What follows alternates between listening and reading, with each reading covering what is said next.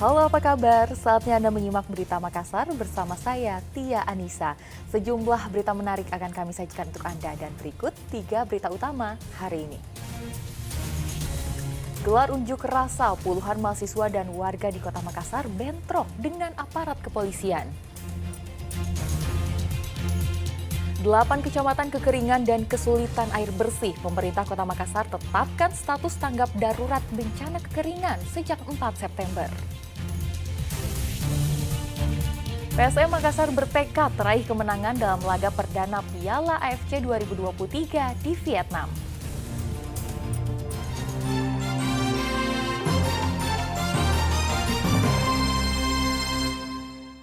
Kita ke informasi pertama.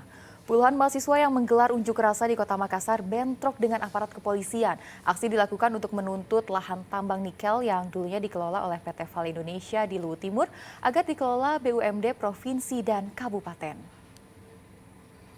Damai kawan-kawan, tolong Arinda.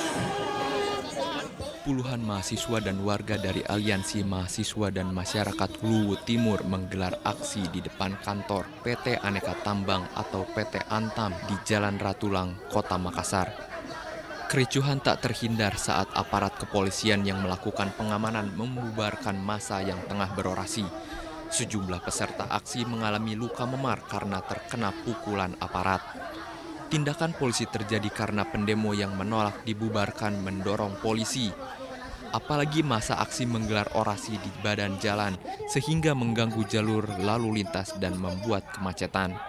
Sebelumnya, mahasiswa dan masyarakat Luwu Timur menggelar aksi dengan membakar ban menolak lahan tambang nikel seluas 6.800 hektar yang dulunya dikelola oleh PT Vale Indonesia akan dikelola oleh PT Aneka Tambang Tbk.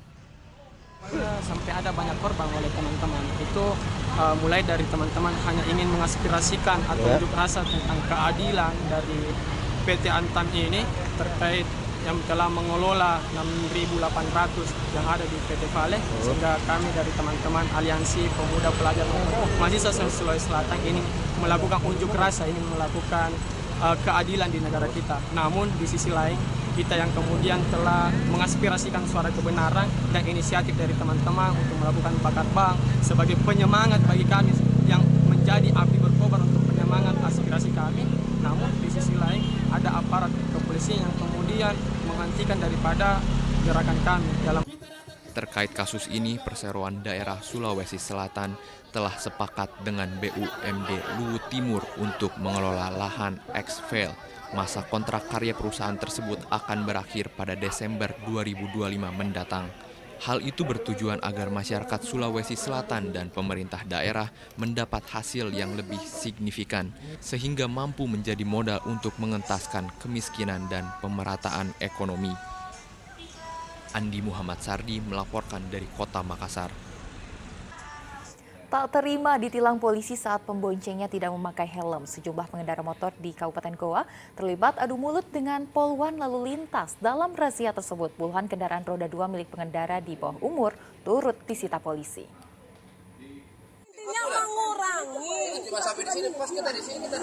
Sejumlah pengendara motor ditilang oleh petugas lalu lintas Polres Goa karena penumpang yang dibonceng tidak memakai helm. Karena tak terima ditilang, mereka pun terlibat keributan dengan polisi saat ditertibkan. Beberapa di antaranya termasuk petugas Satpol PP bahkan terlibat adu mulut. Para pengendara ini emosi karena diberi sanksi tilang usai mengantar anak sekolah.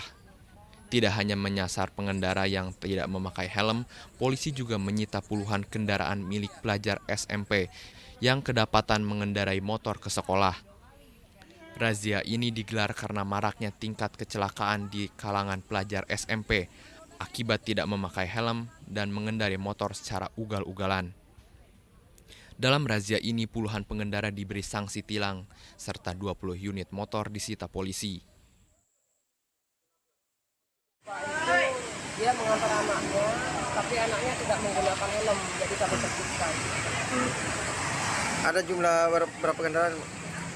Sekitar 20 unit yang kami amankan karena sebagian anak di bawah umur yang menggunakan, sebagian lagi orang tuanya mengantar tanpa menggunakan helm yang dibonceng, terus tidak membawa surat-suratnya. Jadi kami sita kendaraannya. Untuk target razia dari hari ini, target Target razia razia kami prioritas ke sekolah-sekolah dulu, karena sebagian besar pelanggar itu dari anak-anak sekolah itu sendiri. Polisi menghimbau kepada pengendara agar tetap memakai helm saat mengantar anaknya ke sekolah. Andi Muhammad Sardi melaporkan dari Kabupaten Goa. Kediaman Nasrul Natsir, suami selebgram asal Makassar, Nur Utami yang menjadi tersangka tindak pidana pencucian uang, sepi setelah ditangkap polisi. Rumah mewah ini berlokasi di Tasokoe, Kelurahan Salo, Kecamatan Watang Sawito, Kabupaten Pinrang.